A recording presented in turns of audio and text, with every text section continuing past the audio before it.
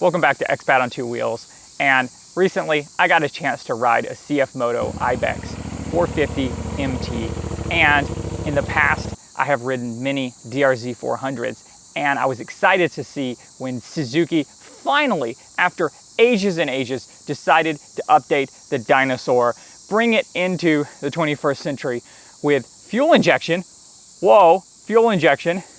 And I've been watching some reviews, and it is quite similar to the old DRZ.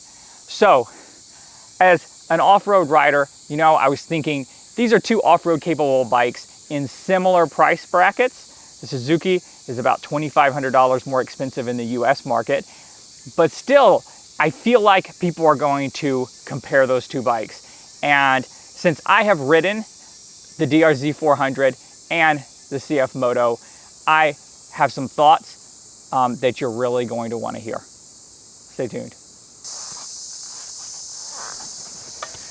Let's talk about first impressions. And my first impression when I got on the CFMoto was how low the seat was to the ground. It is pretty heavy. Yeah, once you ride it is okay. I mean, for an adventure bike, it's okay.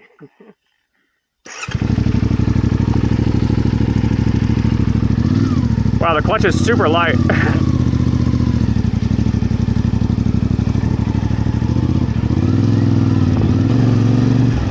The seat is only 32 inches high, or 820 millimeters. And the DRZ is 36 inches tall, or 920 millimeters. So 100 millimeters is about, 3 inches difference. About that big of a difference is a huge difference. Now, the first time I rode a DRZ400, I was not experienced off-road. I was not used to tall off-road bikes. I was used to lower street bikes. And when I first came to a stop, I looked for the ground and it was a long ways away. I did not drop the bike, but I had a little moment there where I was like, I might drop this bike. And it was a little bit scary. Whereas when I sat on the CFMoto, I could put both feet flat on the ground.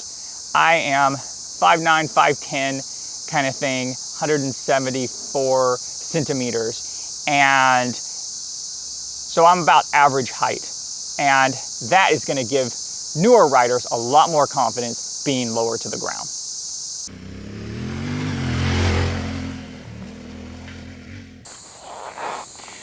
Now, both bikes have KYB forks like this WR, but here's a big difference. The CFMoto has 41 millimeter stanchion tubes, and the DRZ has 46 millimeters. Now, you may not think 5 millimeters is a big difference, but trust me, it is. So what we found is that as long as we were riding smooth, fast roads, that the KYB suspension on the CFMoto was great. It did more than what we expected.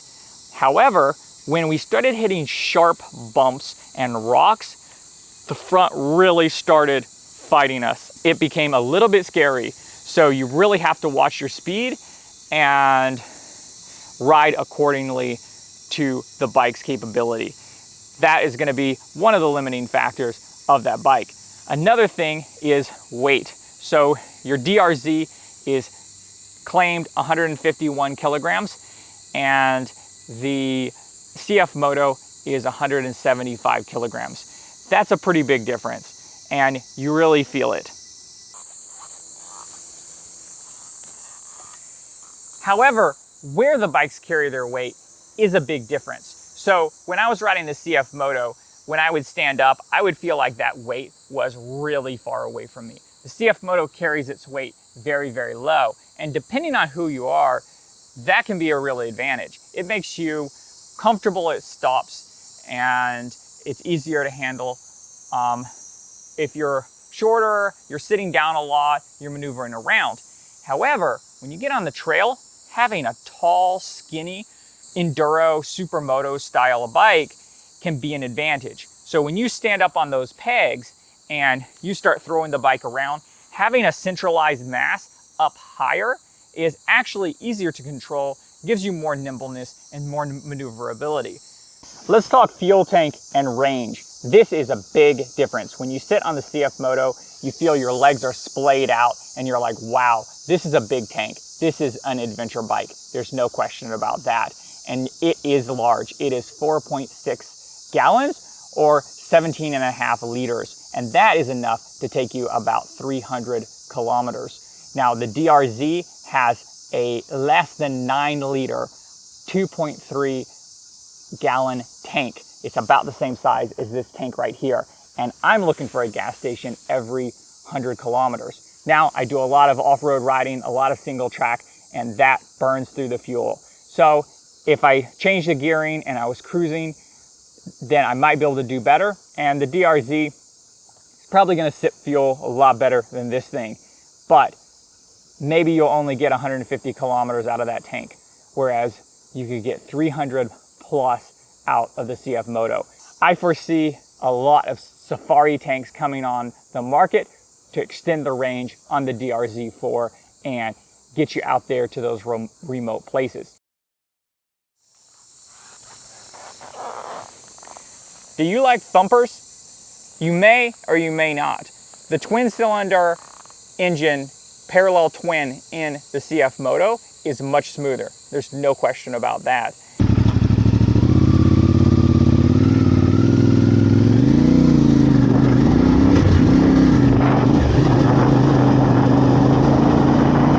However, it makes most of its power between 4,500 and 7,000 RPMs, whereas the DRZ is going to have that mid-range punch that you expect from an enduro or dual sport bike.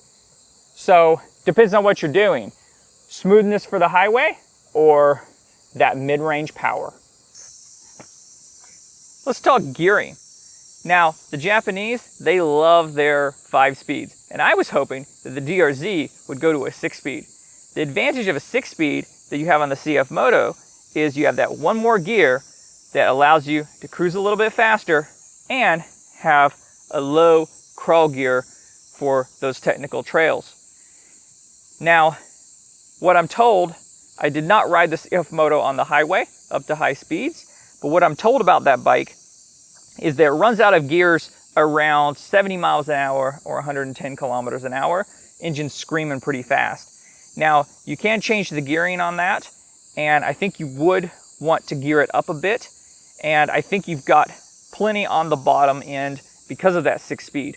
Whereas the DRZ, you're gonna sacrifice more.